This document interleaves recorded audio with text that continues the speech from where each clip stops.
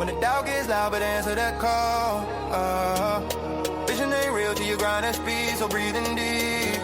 Then call the damn leads. Call the damn leads. Hey, welcome back to Call the Damn Leads, the show by sales professionals for sales professionals. I'm your host, Drewbie Wilson. With more than 2 decades in sales, I've seen it, been through it, heard about it. Now I'm bringing those stories to you, my favorite people in the world, the sales community. Because let's be honest, this is the greatest job on earth. It doesn't matter where you come from, what background, what personality type, or what gender. You can make an amazing life in sales. And today's guest, no stranger to the journey, I'd like to welcome Miss Kanika to the show. Thank you so much, Drewbie. I am so excited to be here. I am excited to have you. I know you've got a crazy sales story, so I want to jump right into it. Maybe I will just go with my beginning story. So I jumped from the corporate background to a coaching background because I was feeling called for it. I suppose as a lot of healers do. And that's when life was just, was it surprising, shocking? I felt called for it. And then here I was, and nothing was really, really working. I couldn't go out. I couldn't make sales. And so I went to all the ups and downs of a new business owner because you have a reality of bills to pay, of just wanting to have a good life. Didn't want to give up on life's joys. And yet I was in this business that was actually taking money rather than giving me money. And I was working very hard. So something had to change. So long and short of it, I actually started doing some sales courses. And thank goodness, because I took time learning all the coaching skills all throughout. Never thought about sales that way. And that's when life changed. I realized that I had so much judgment about sales. I used to think sales was icky, like you don't want to sell. But, think about it. Everything in my room, in your room, everything where we are, whatever we do, everything has been sold to us. And when I could flip that sales is a service, and I could really understand the process of sales as serving the buyers, then things started to change. So from someone who was struggling to even sell clients and get them for $100, this is my crazy story. I went to get a haircut one day, and the lady just asked me, "Hey, what do you do?"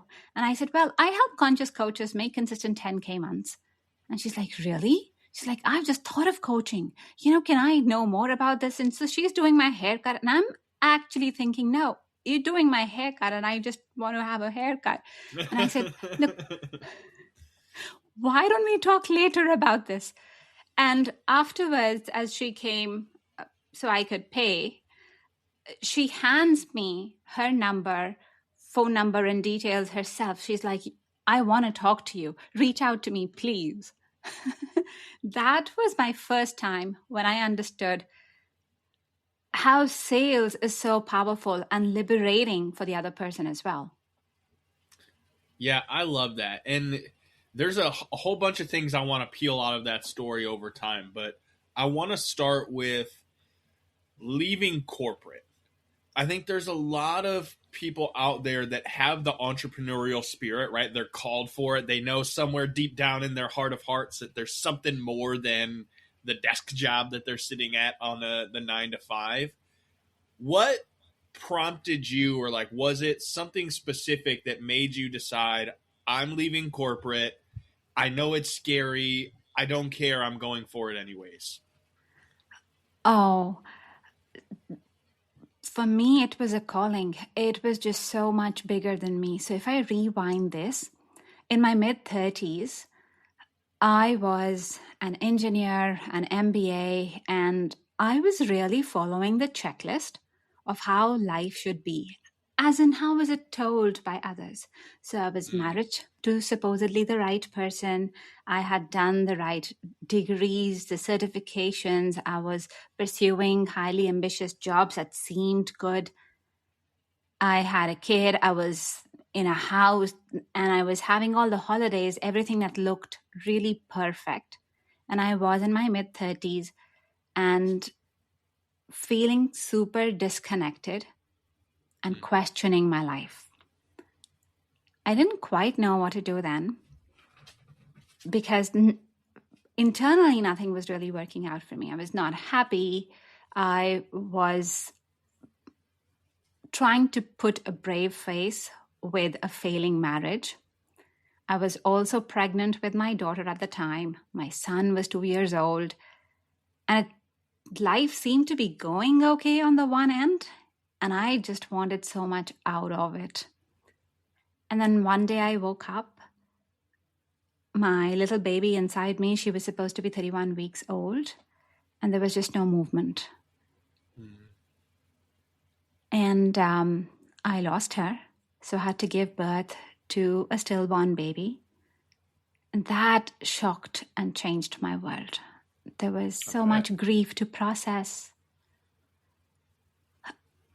There was just no escape. Like I'd done it previously, there was no escape now. So that's how energy healing and all these modalities entered into my life. I'm a conscious coach. That's when I started tapping into this because I really wanted to connect with my daughter. And there were a couple of things that I did learn as I did connect with her. First, she told me it wasn't a fault that I lost her, that it was always meant to be this way. She literally came to wake me up. That was our agreement before before I came on earth. And I did not fully know it then, but I understood it over time that she was actually initiating me on a path. So this might be a little woo-woo for the listeners, but she's my oracle reader from lifetimes ago. I was her progeny. And so there was work that we'd done together then, and now she was taking me back to what I was supposed to do. So for me, Kanika, the MBA person, the engineer person, this was still foreign, and I was being shown everything little by little by little. The more I could step into it, like with a child, when you send them to school, you first send them to kindergarten. You don't tell them that they're going to graduate. They'll need to study geology or something at this level, right? It was just like that. And so as I kept growing into it and as I kept working with her and with other teachers, learning the tools, it just became more and more obvious what I wanted to do. So that's how coaching really happened, because it felt like such a deep purpose within me. And I would love to say that there is me that drives me, but I realized with her, especially as I was stepping into the coaching business, that this was just a calling like I had never experienced before. So that's why it was coaching. I was finding that when I was working with people, it was transforming them. They were getting immense healing benefits. They were reshaping their lives. But I didn't fully know what I was getting into. So it was the sales part that I really had to learn. I knew I was powerful. First of all, thank you for sharing that story and being vulnerable. I'm sure it's difficult to relive that any time.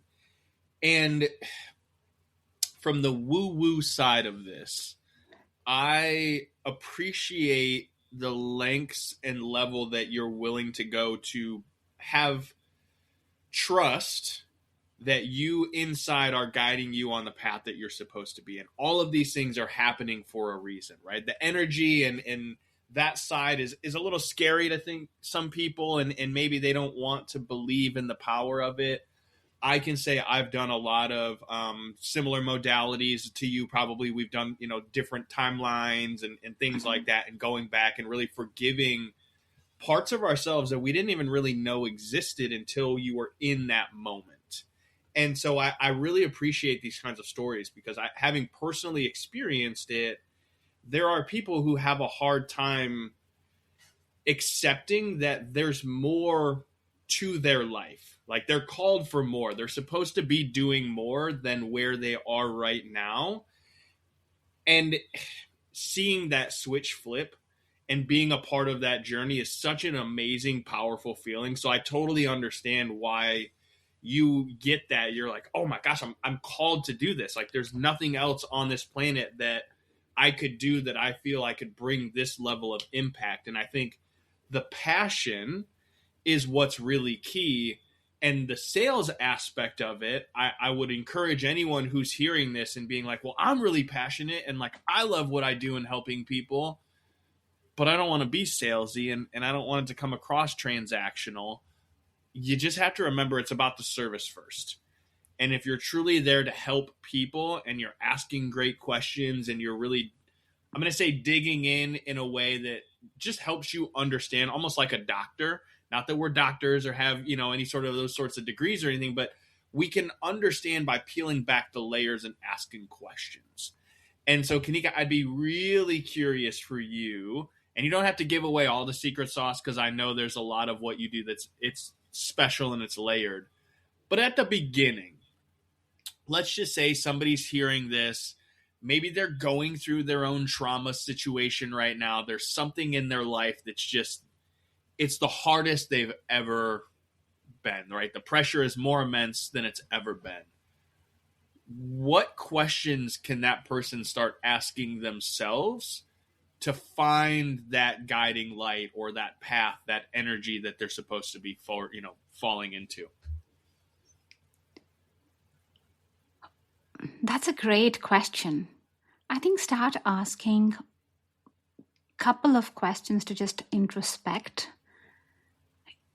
You can question your life purpose in a good way and thinking that the universe is your partner. So you could ask the universe in general, whatever your way of reaching the universe is, but you ask, hey, what is my life purpose? What am I meant to do? You can ask your friends, the ones that are really, really good, the ones who will pick your call at any time, those calls, those people. You reach out to them and you say, hey, what do you like about me? And why are you my friend? And at first they might just go like, you crazy.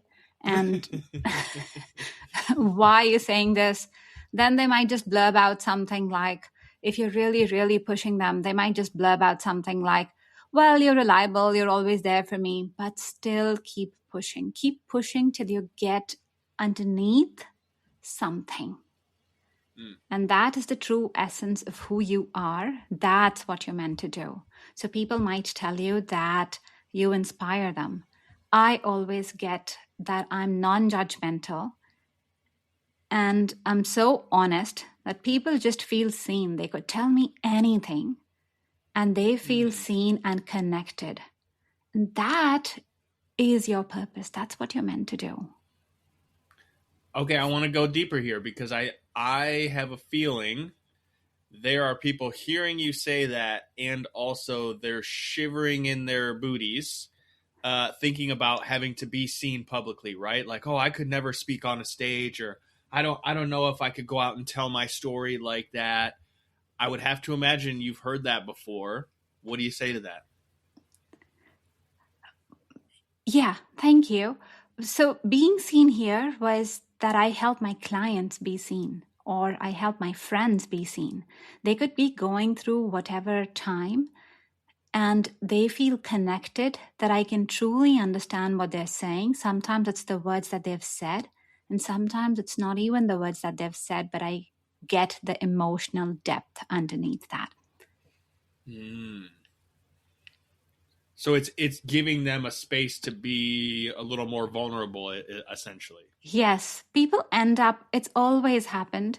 People would say, oh, I've told you stuff that I've never told my parents. I've told you stuff that I don't tell my girlfriend. And we're not doing anything. And I'm like, oh, okay. And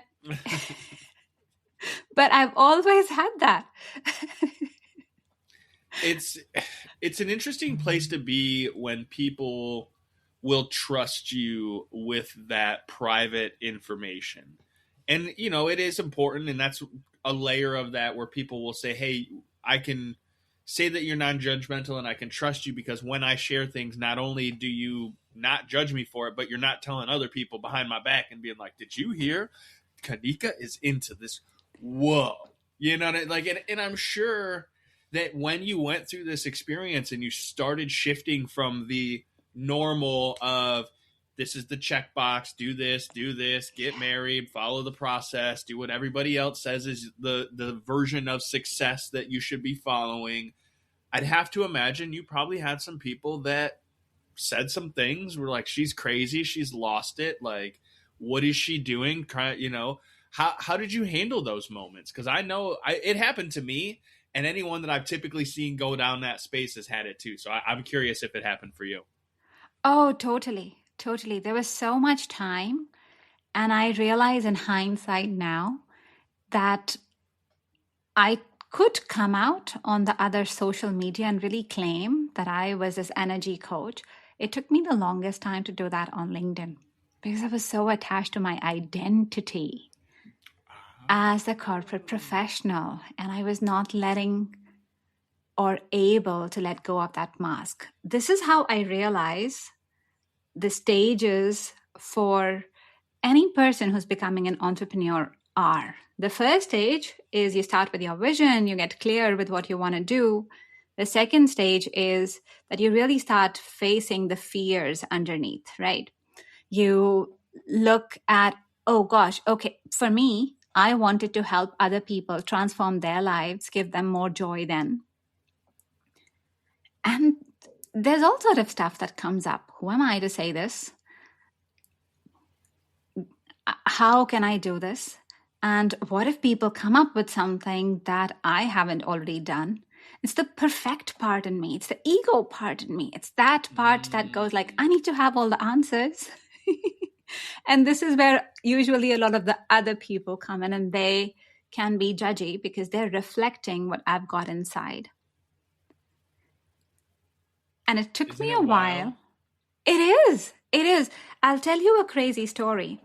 I had to go back to my office to just do farewell, to tell people. So how I quit my corporate job was I took a sabbatical and then just never went to work. So people did not really know that I was leaving, and I did not know then that I was leaving. So I had this farewell that I had to go, and I was so nervous about it before as I thought about this day, because I had not yet stepped up into my next level identity fully. There's this community of engineers, all these analytical people. I worked in the projects department. We are looking at the ROI of the project every day. And it did not make sense telling them that I have no business plan here and I have stepped into the coaching world.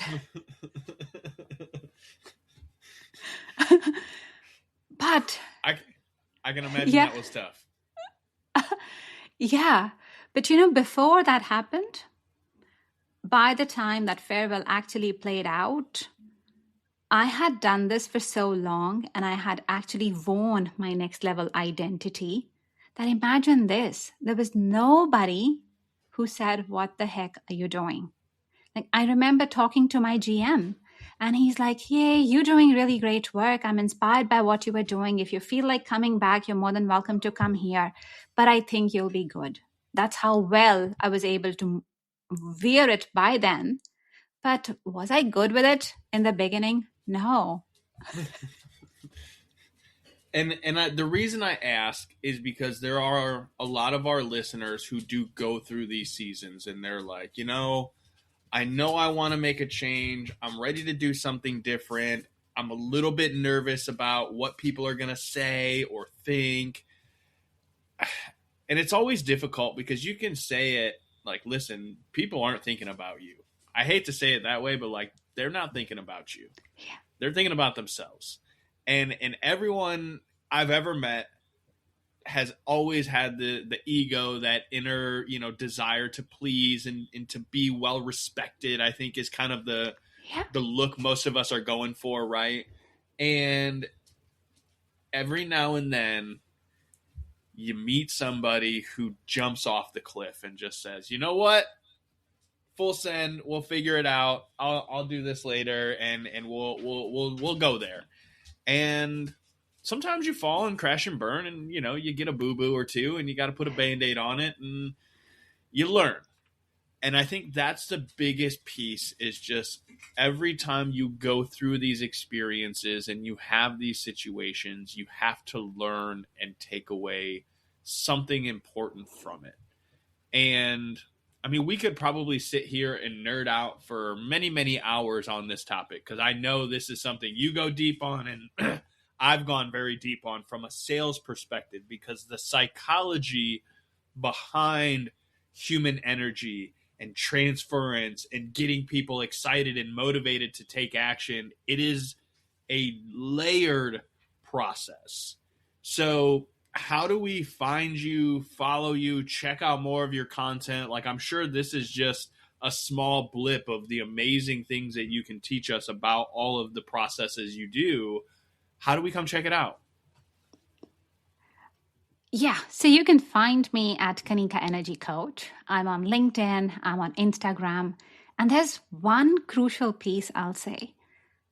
So I help so many coaches become profitable.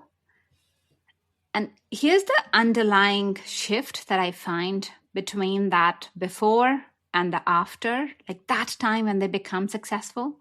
Successful could be meaning. Successful is money. Successful is getting more clients, having more impact. But what's that shift? That shift is truth. And we think we're saying the truth. It's that honesty. But truth really is about being inside what you want to be outside. It's having no distinction between that. So it is peeling off the layers inside. Think about the dissonance. Maybe there are relationships you need to peel off. Maybe there are parts of you, like you'd mentioned, that you need to integrate. But that's the truth. And that truth allows you to expansion. So that's where I find a lot of my clients have that inner block as well. There is a quiz that I've laid out for people, especially conscious coaches. It is at artoflifecenter.com/quiz. A 3-minute quiz. It diagnoses what's really going on with your sales. It's the first one that I know because I work with both energy and strategy.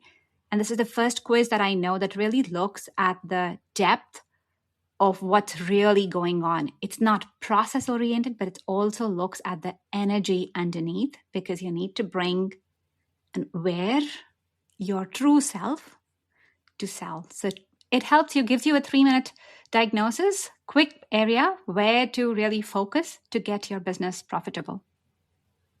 I love that. I'll make sure we put that link in there. You'll probably see mine come through, because again, I'm always here to learn and trying to figure out how can I make that one little tweak that brings me more energy or gives me the ability to transfer the energy that I have, because I'm a pretty high energy guy.